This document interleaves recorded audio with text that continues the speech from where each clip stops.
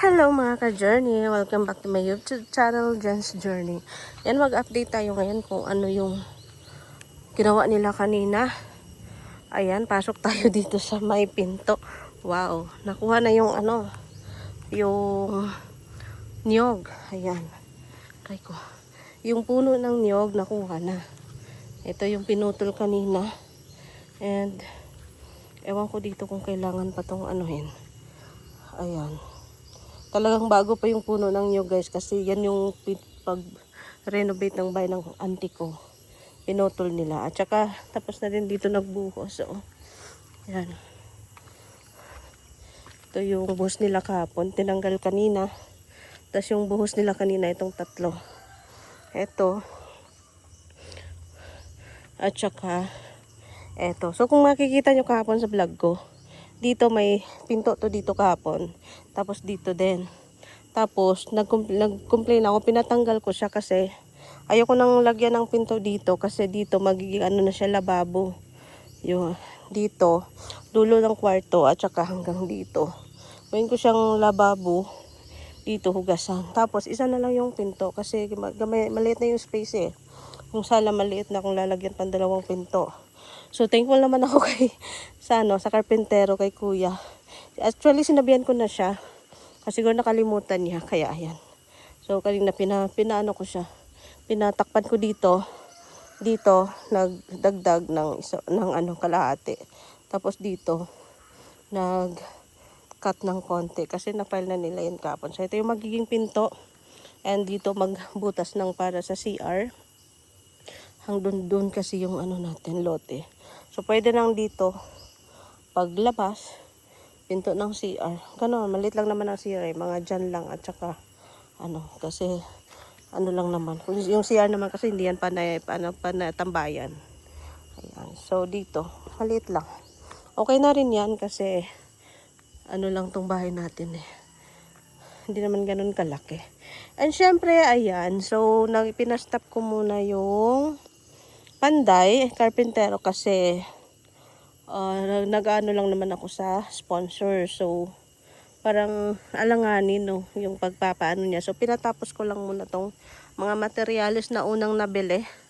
Kasi, yung sahod kasi nila nito is 50-50. 50% sila sa bawat mabili na materials. So, yung nabili ko nun, sasahuran ko sila ngayon para clear na. Pagka sa susunod na naman, kung may budget na naman, yun, para hindi magpondo. So, ayan, yung may natira ditong pera, although, is pasasahod ko muna sa kanila, baka kailangan din nila. Siyempre, nagtatrabaho. Siyempre, kailangan ng sahod. Okay, at marami din silang paggagastusan. So, ayan, okay na. Thank you so much, Kuya Jerry. Ayan.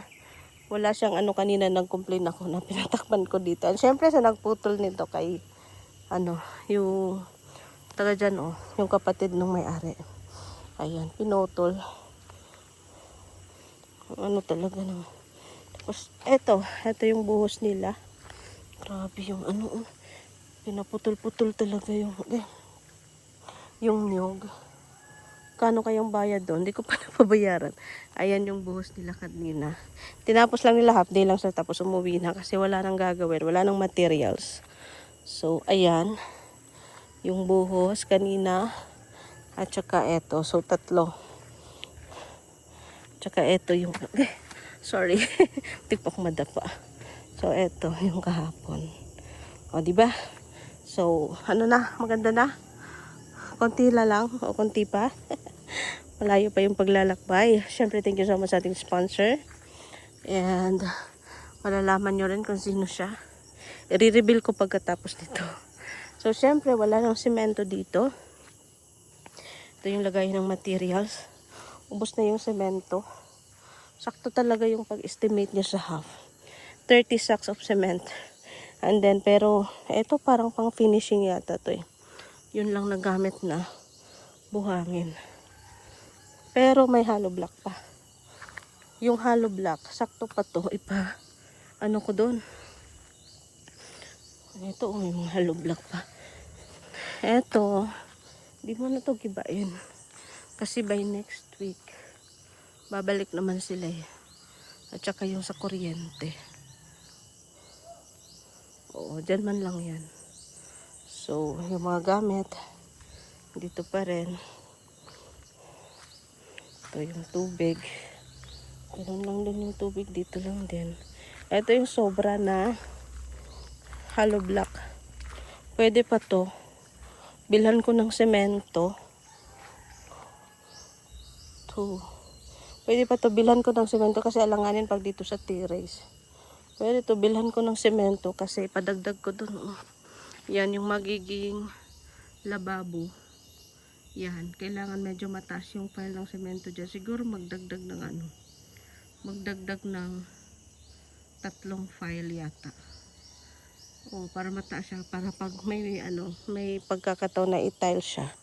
Ready to tiles na siya. Saka ng tubular.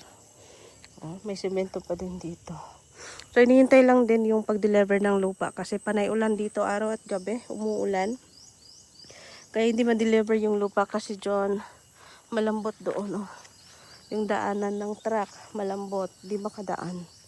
Kaya, wala na silang gagawin. So, pinastop ko muna by next week hopefully. And depende, no? Depende ka sa sponsor. Saka naman ako magpatrabaho. So, maraming ligpitin. Ligpitin ko to pag bukas na lang siguro. Ayan o. So, dito, maliit na terrace lang. Pwede namang malaki, ubusin hanggang doon. Sa kwarto, at saka hanggang dito. Yung terrace. So, saka na. Kasi hindi pa tapos yung So, ayan yung update sa ating pabahay.